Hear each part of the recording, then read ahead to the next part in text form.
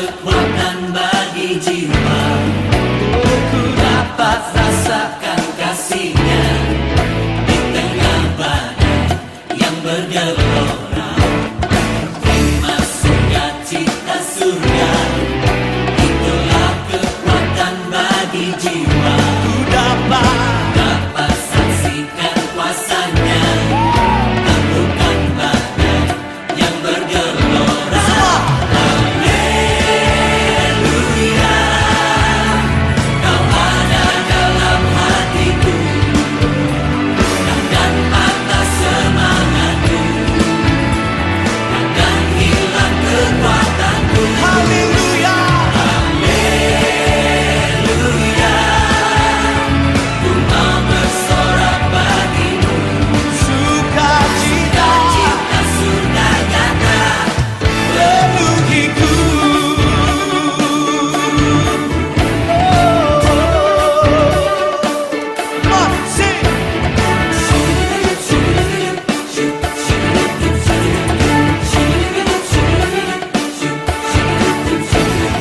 Terima sukacita surga, itulah kekuatan bagi jiwa.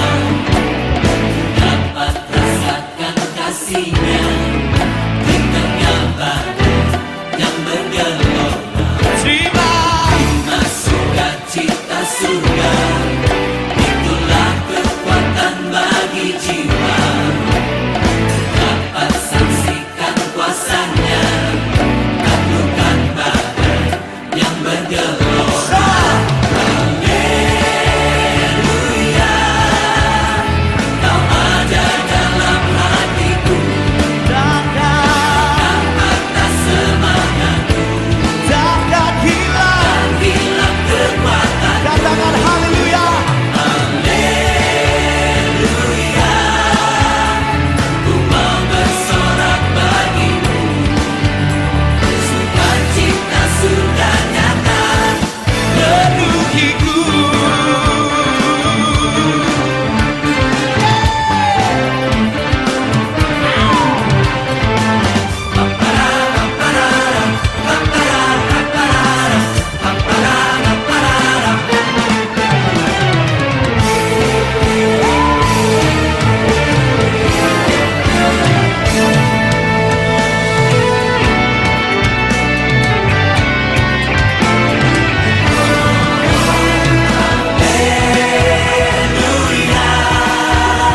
Kau ada dalam hatiku, takkan patah semangatku, takkan hilang kekuatanku. Haleluya,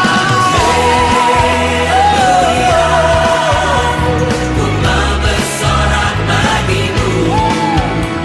Sukacita surga nyata penuhiku. Come on, nyanyi lagi. Haleluya, Kau ada dalam hatiku, takkan patah semangatku, takkan hilang kekuatan. Haleluya, haleluya, ku mau bersorak bagimu. Sukacita surga nyata penuhiku. Sukacita surga nyata penuhiku. Sukacita surga nyata penuhiku.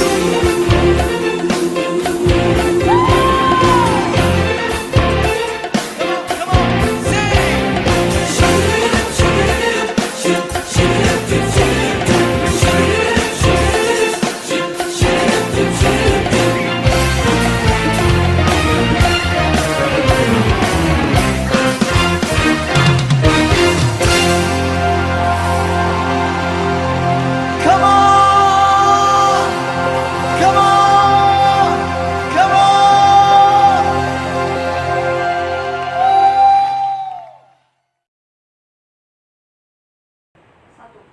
Salam jemaat Tuhan dimanapun Anda berada pada saat hari ini. Saya ingin membagikan sesuatu yang penting pada saat kita masuk dalam sebuah new normal, atau saya boleh menerjemahkan dengan istilah yang mungkin lebih tepat, yaitu sebuah budaya baru yang kita harus alami pada saat kita menghadapi berbagai macam tantangan yang kita hadapi.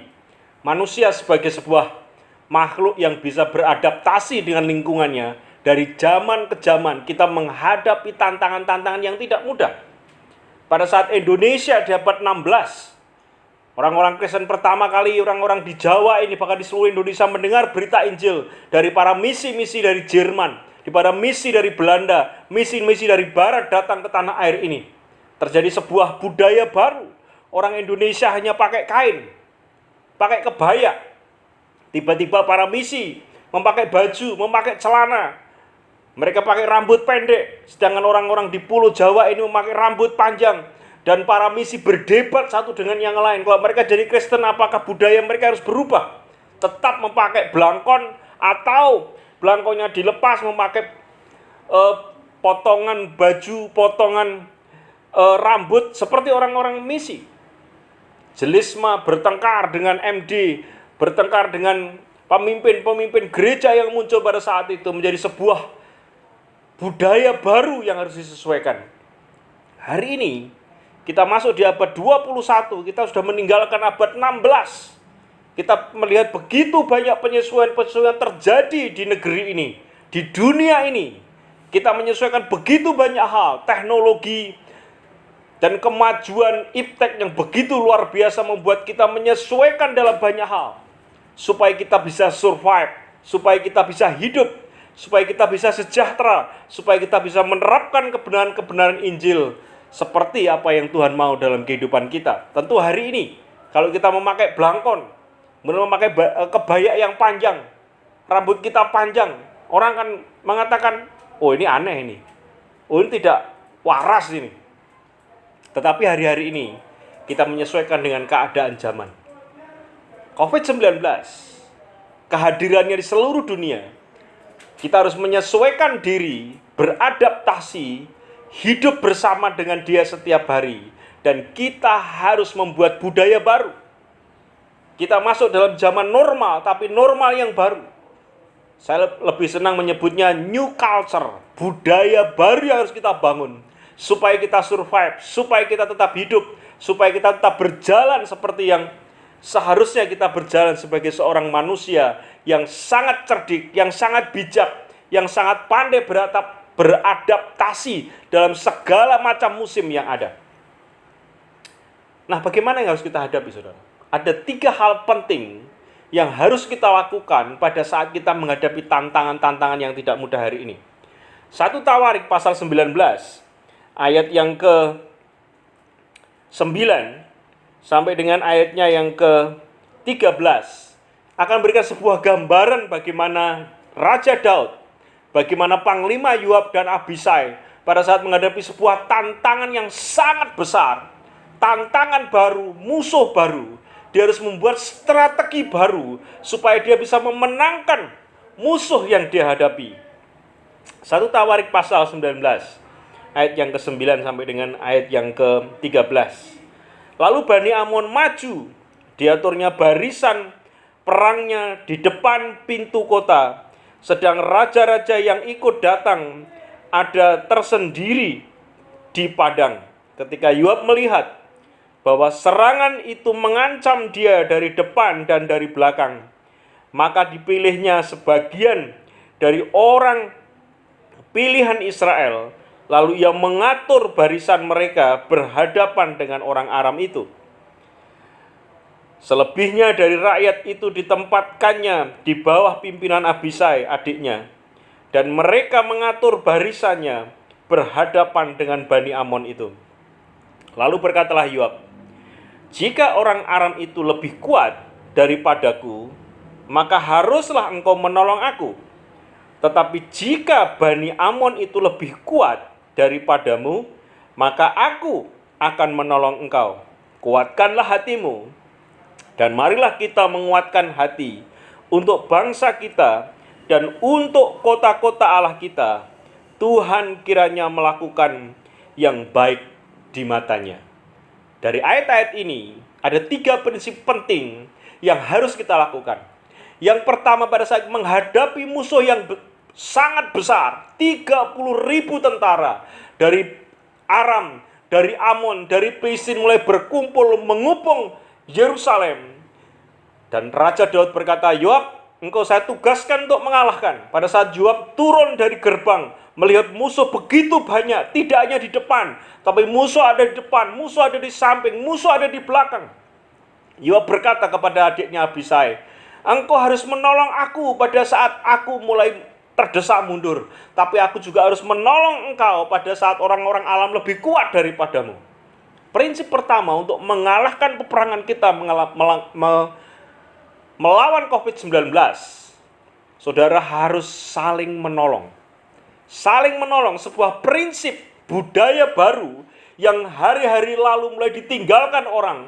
Yang kuat harus menolong yang lemah. Yang lemah tidak boleh merasa dirinya terus lemah dan bersembunyi di balik kelemahan. Dia harus membuka dirinya, dia harus membuka kehidupannya untuk mencari orang-orang kuat yang bisa menolong. Peperangan itu bisa diselesaikan karena Yoab menolong adiknya Abisai, dan Abisai menolong Yoab pada saat Yoab mulai terdesak oleh tentara Aram. Yang kuat harus menolong yang lemah. Sebaliknya, yang lemah harus membuka dirinya untuk ditolong. Bekerja sama antara yang kuat dan yang lemah inilah merupakan budaya baru hari-hari ini yang harus dilakukan pada saat kita menghadapi musuh yang ada di belakang, yang ada di depan, yang ada di samping kita yang tidak kelihatan, saudara-saudara. Kita harus saling menolong. Hari-hari ini banyak saudara-saudara kita yang di PHK, dirumahkan. Mereka tidak bisa makan. Mereka begitu susah menghadapi hari-hari yang tidak mudah ini. Ini sudah 2 bulan mereka di PHK. Saya tidak tahu bulan depan mereka harus berharap kepada siapa. Kita yang merasa kuat harus menolong mereka, mencari mereka. Yang lemah juga harus, saudara.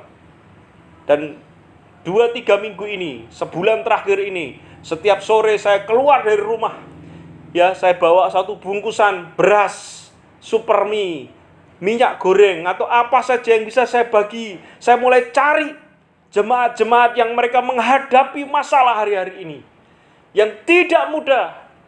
Dan kadang-kadang beberapa jemaat kelewatan, saudara. Saya pikir dia bisa hidup, saya pikir dia bisa cukup. Tapi ibu-ibu ini mulai WA pada kami, kok yang lain dikasih beras, kok saya tidak? Saya juga membutuhkan. Wah, rasanya. Nah, ini yang saya sebut orang yang lemah. Dia harus tahu menghubungi orang yang kuat. Orang yang kuat juga harus cepat, saudara. Saya bilang, tunggu sebentar ya Bu. Nanti besok atau hari ini, saya akan antar berasnya. Saudara-saudara, saya tidak merasa diri saya begitu kuat. Saya juga punya keterbatasan. Tapi beberapa hari ini begitu banyak yayasan, begitu banyak kelompok-kelompok bisnis, anggota DPR, orang-orang yang kuat, tiba-tiba mulai mem-WA kami, tiba-tiba mulai mengantar banyak hal kepada kami, sehingga kami bisa menyalurkan kepada orang-orang lain. Tapi niat untuk berbagi, yang kuat menolong yang lemah mulai membuka diri, dan menerima bantuan-bantuan itu, maka itu yang akan menjadi budaya baru. Kita bisa survive.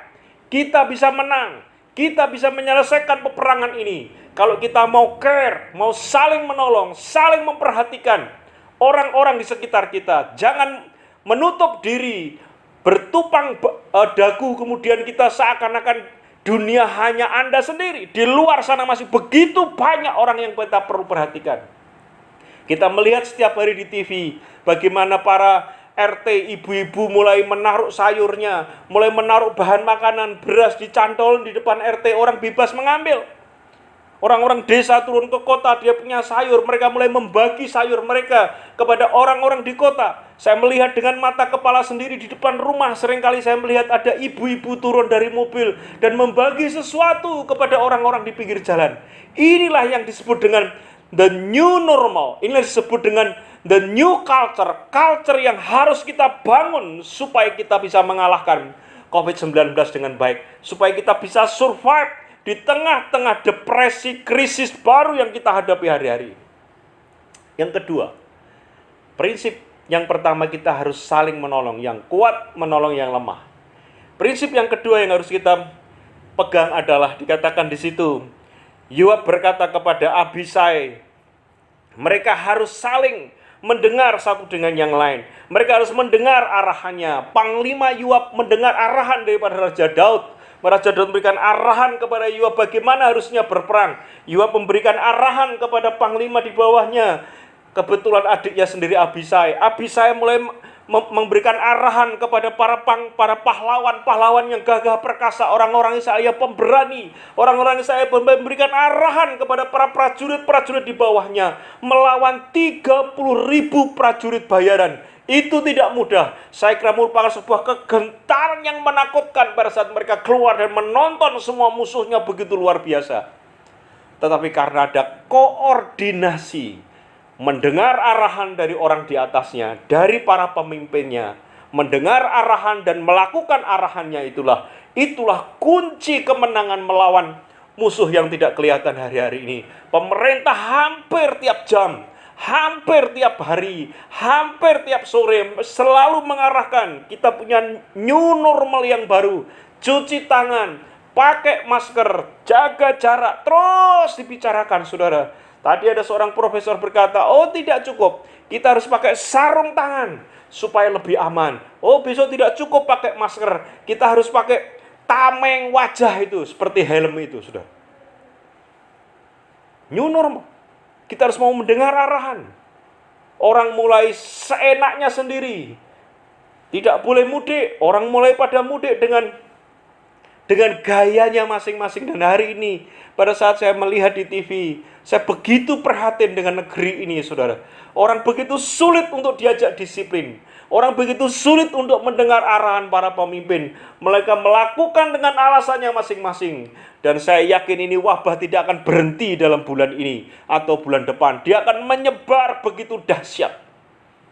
Siapa yang akan menghentikannya kalau bukan saudara dan saya? Dengar arahan dan lakukan arahan itu dengan baik, dengan bersatu, maka kita bisa menyelesaikan semuanya.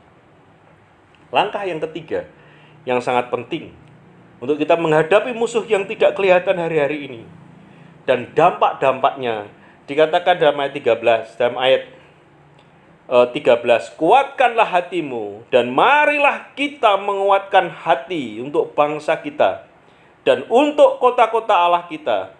Tuhan kiranya melakukan yang baik di matanya. Yang pertama, kita harus saling menolong. Yang kuat menolong yang lemah dan sebaliknya.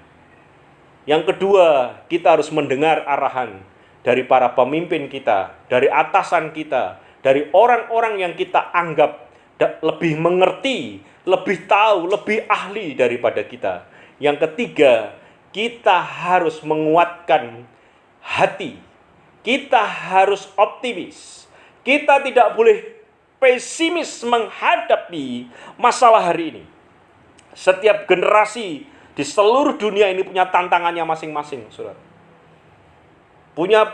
Tiap generasi kita memiliki paradigma yang berbeda-beda. Dan kalau kita tidak bisa menyelesaikan tantangan generasi ini akan lenyap. Generasi ini akan habis, saudara-saudara. Suatu hari di abad selesai Perang Dunia Kedua, Eropa dilanda kolera yang begitu menakutkan. 7 juta orang mati dalam 1 tahun. Mengerikan, saudara. Indonesia, kita kalau bertanya kepada nenek moyang kita, kepada nenek kakek kita yang hidup tahun 40-an, yang disebut dengan pagebluk, yaitu pes, penyakit yang dibawa oleh tikus. Dan orang mati ratusan ribu, jutaan di seluruh Indonesia. Sangat mengerikan. Hari ini, generasi kita, setelah 100 tahun, atau kurang dari 100 tahun, kita menghadapi pandemik yang berbeda. Kita harus optimis bahwa kita bisa melewati bersama dengan Allah kita yang luar biasa. Yoab berkata, kuatkan hatimu, teguhkan hatimu, dan berharaplah kepada Allah. Maka Tuhan akan melakukan yang terbaik untuk generasi ini. Tetap menyiapkan hati untuk percaya kepada Tuhan. Jangan pesimis, jangan ngelokro, jangan kendor. Ya, tetapi hati kita tetap semangat. Kita percaya bahwa kita bisa melewati ini bersama dengan Tuhan. Karena bagi Tuhan tidak ada yang mustahil. Dan kalau kita lihat cerita ini endingnya, Yoab dapat mengalahkan tentara Aram yang 2 kali lipat jumlahnya dengan tentaranya. Dan orang-orang itu bisa dikalahkan. Karena apa? Mereka saling menolong. Mereka mau mendengar arahan para pemimpin mereka. Dan mereka memiliki hati yang optimis, percaya kepada Tuhan. Mereka tidak mau pesimis. Mereka tidak mau berperang, kalah sebelum berperang. Ini bahaya sekali, kalah sebelum bertanding. Kalau mental kita tidak kuat, inilah pertandingan kita. Mungkin di pertandingan yang sangat panjang. Kita sudah melewati ini dari bulan Januari. Kita sudah hampir 5 bulan berperang melawan COVID-19. Saya berharap peperangan yang panjang ini kita bisa selesaikan bersama dengan Tuhan kita. Kuncinya 3 hal. Saling menolong, dengar arahan orang-orang di atas Anda, dan menguatkan hati Anda, dan berharap terus kepada Tuhan. Mari kita berdoa. Bapa Surgawi, terima kasih atas firman-Mu hari ini.